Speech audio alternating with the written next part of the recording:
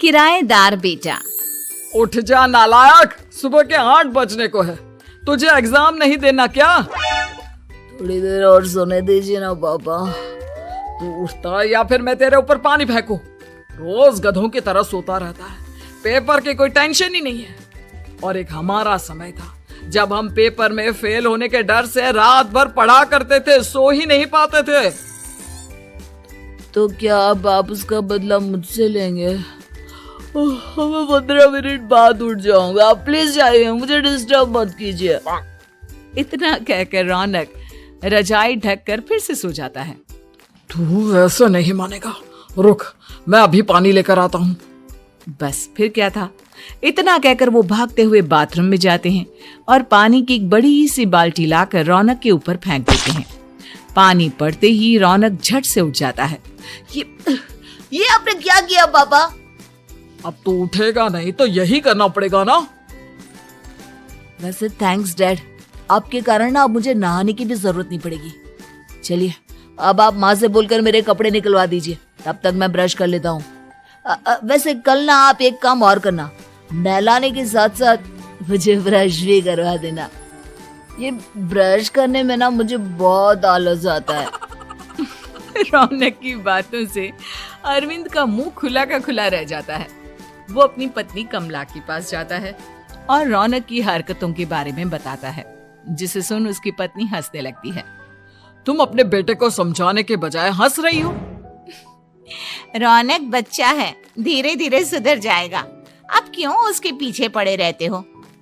अभी नहीं सुधरेगा तो कब सुधरेगा? 10वीं क्लास में है रौनक, वो अब कोई बच्चा नहीं रहा। अरविंद की इतना बोलते ही वहाँ रौनक भी आ जाता है।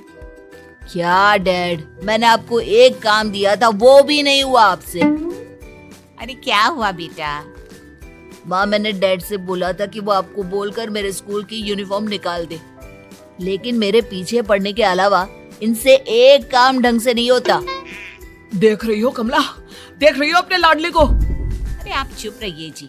चलो बेटा, मैं तुम्हें कपड़े निकाल कर दे देती हूँ बस। ऐसे ही साल पर साल बीतते जाते हैं, लेकिन रौनक के रवैये में कोई बदलाव नहीं आता। वो पहले से भी ज्यादा आलसी और पूरी तरह अपने माता पिता पर निर्भर हो जाता है। 2 साल बाद पता नहीं कहाँ गायब रहता है पूरे दिन, अब तक तो आ जाना चाहिए था। अरे आप इतनी फिक्र क्यों कर रहे हैं उसकी? दोस्तों के साथ खेल रहा होगा, आ जाएगा अभी। ये कोई टाइम है खेलने का? 10 बजने वाले हैं, इतनी रात में कौन खेलता है? कमला कुछ कहती उससे पहले ही रौनक वहाँ आ जाता है। मम्मी जल्दी से खाना लगा दो, बहुत भूख लग रही है।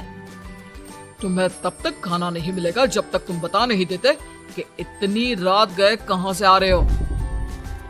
ओ प्लीज डैड, अब आप एसी पे प्रद्युमन बनकर मेरे सर पर बंदूक लेकर मत बैठ जाना।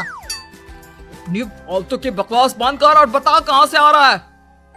माँ अब समझाइए ना डैड को। बता देना बेटा, इनको भी तसल्ली हो जाएगी। आप बोल रही हैं तो बता देता हूँ, मैं दोस्तों के साथ मूवी देखने गया था, इसलिए देर हो गई। तो इन सब चीजों में मेरे पैसे उड़ाता है। कभी 1 रुपया कमाने के बारे में सोचा है तूने?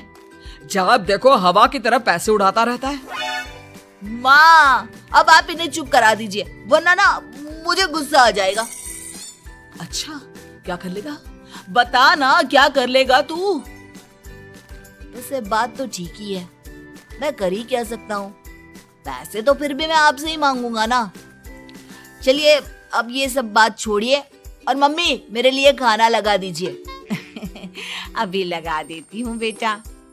मैं बता रहा हूँ कमला, एक दिन ये ऐसे ही बिगड़ जाएगा।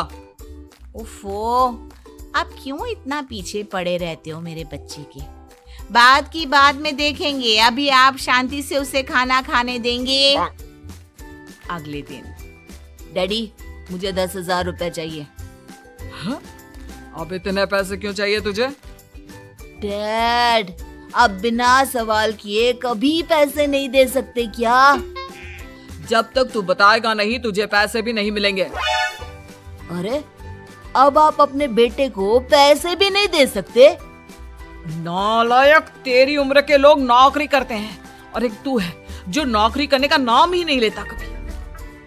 आप लोगों के होते हुए भला मैं नौकरी क्यों करूं? अरे हम कब तक पैसे देंगे तुझे? तुझे भी तो अपने पैरों पर खड़ा होना होगा ना। कौन सा उधार के पैरों पर खड़ा हूँ? अपने ही तो पैरों पर खड़ा हूँ मैं। इसी तरह रौनक दिन प्रतिदिन लापरवाह होता जाता है।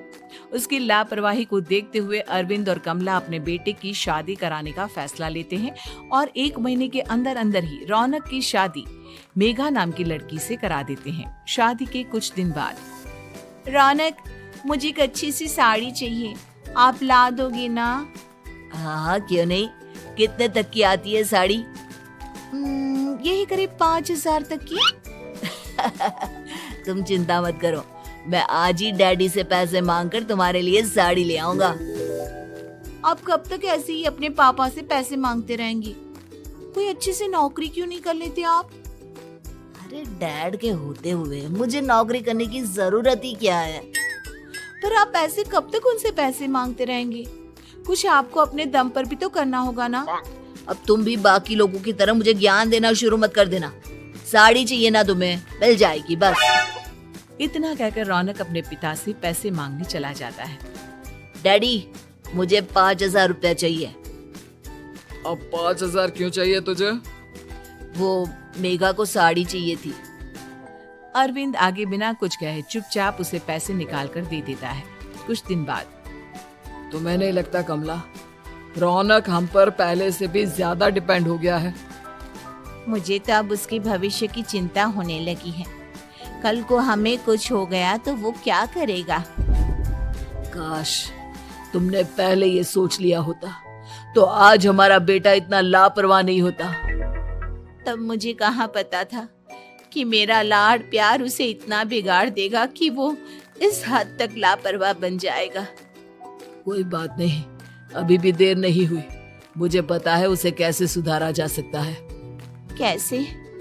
अरविंद कुछ कहता उससे पहले रौनक वहां आ जाता है और पैसों के लिए हाथ फैलाने लगता है। डैड, मैं और मेघा बाहर घूमने जाना चाहते हैं। अरे वाह, ये आज सूरज कहाँ से निकला है? Dad please. अच्छा चलो अब मुद्दे की बात करो। मुझे अब 25,000 चाहिए। अब तुम्हें 1 रुपया भी नहीं मिलने वाला। अगर तुम्हें पैसों की इतनी ही जरूरत है तो कोई ढंग की नौकरी कर लो। मम्मी, आप कुछ कहिए ना डैड को। बेटा, वो गलत क्या बोल रहे हैं? ये सब हम तेरे भले के लिए ही तो कर रहे हैं। मम्मा, मैंने बताया ना आपको, मुझे नहीं करनी कोई जॉब वॉब। तो ठीक है, निकल जाओ हमारे घर से। तुम्हारे जैसे लोगों के लिए मैंने ये घर खड़ा नहीं किया है। जितना ये घर आपका है ना, उतना ही मेरा भी है। मैं कहीं नहीं जाने वाला। जाना तो पड़ेगा ही तुझे, क्योंकि अब मैं तेरा कोई भी खर्चा नहीं उठाने वाला।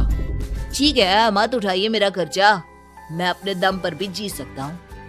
तो बेशर्मों की तरह अब तक यहाँ क्यों खड़ा है? अपना सामान ले और निकल जाए यहाँ से। रौनक पैर पटकते हुए वहां से चला जाता है। घर से निकालना जरूरी है क्या उसे? बिना पैसों के कौन रखेगा उसे किराए पर? अगर उसका भविष्य सुधारना है तो हमें अपने दिल पर पत्थर रखकर ये कदम उठाना ही होगा। दोनों बात कर रहे होते हैं कि रौनक अपनी पत्नी के साथ एक बड़ा सा बैग लेकर घर से निकल जाता है, लेकिन घर से बाहर उसे कोई भी मुफ्त में अपने घर किराए पर नहीं रखता। अंत में थक हार कर वो फिर से अपने घर चला जाता है। क्या हुआ? थोड़ी देर पहले तो दहाड़ते हुए घर से निकला था, अब क्या हुआ? नहीं रखा ना किसी ने तुझे किराए पर? डैड प्लीज, मैं कुछ दिनों में कोई अच्छी सी नौकरी शुरू कर दूंगा। आप तब तक तो हमें रख लीजिए प्लीज। सुबह से रात हो चुकी है लेकिन कोई हमें रखने को राजी नहीं है। अब आप ही बताइए, इतनी रात को मैं मेघा को लेकर कहाँ जाऊंगा? ठीक है, बहू की वजह से मैं तुझे घर पर रख रहा हूँ, लेकिन तू इस घर में एक बेटे की नहीं बल्कि एक किराएदार की हैसियत से रहेगा। 3 महीने हैं तेरे पास। इन 3 महीनों के अंदर अंदर मुझे तेरी पहली तनख्वाह हाथ में चाहिए, समझ गया? पक्का डैड, इन 3 महीनों के अंदर अंदर तो कोई बढ़िया सी नौकरी ढूंढ ही लूंगा मैं। ऐसे ही धीरे धीरे समय बीतने लगता है और अरविंद के दिए 3 महीनों में से 2 महीने बीत चुके होते हैं। पापा जी ने हमें 3 महीने दिए थे, जिसमें से 2 महीने तो बीत चुके हैं। अब ये आखिरी महीना बचा है। अरे तुम चिंता मत करो, आज मेरा ना 2 जगह इंटरव्यू है, दोनों में से कहीं ना कहीं तो जॉब लग ही जाएगी। अच्छा, all the best. Raunak interview के लिए निकल जाता है, जिसके बाद शाम में रौनक घर आता है। कैसा गया इंटरव्यू? आपकी नौकरी लगी या नहीं? अरे पहले सांस तो ले लेने दो अच्छे से। बताइए ना, मुझसे तो जरा भी इंतजार नहीं हो रहा है। वो दरअसल बात यह है कि मेरी नौकरी तो लग चुकी है, लेकिन पैसे बहुत कम है। कितने पैसे हैं? 15,000। इतने में अरविंद और कमला मिठाई का डिब्बा लेकर आ जाते हैं। बधाई हो बेटा। हम जानते थे तेरी जॉब जरूर लगेगी। लेकिन मेरी सैलरी बहुत कम है मम्मा। कम है तो क्या हुआ, धीरे धीरे बढ़ जाएगी। हाँ बेटा, हम तो बस चाहते थे कि तू अपने पैरों पर खड़ा हो जाए। मतलब अब आप मुझे घर से नहीं निकालेंगे? नहीं, ये सब हमने तुझे जिम्मेदार इंसान बनाने के लिए किया था। Thank you mummy papa. अगर आप दोनों ऐसा नहीं करते तो मुझे कभी अपनी जिम्मेदारियों का एहसास तक नहीं होता। आज आपने मुझे सिखा दिया कि इंसान का अपने पैरों पर खड़ा होना भी जरूरी होता है। इतना कहकर रौनक झट से अपने माता पिता के गले लग जाता है और अपनी कमाई की पहली तनख्वाह वो अपने माता पिता के हाथ में सौंपता है। इस तरह रौनक एक गैर जिम्मेदार व्यक्ति से एक जिम्मेदार व्यक्ति बन जाता है।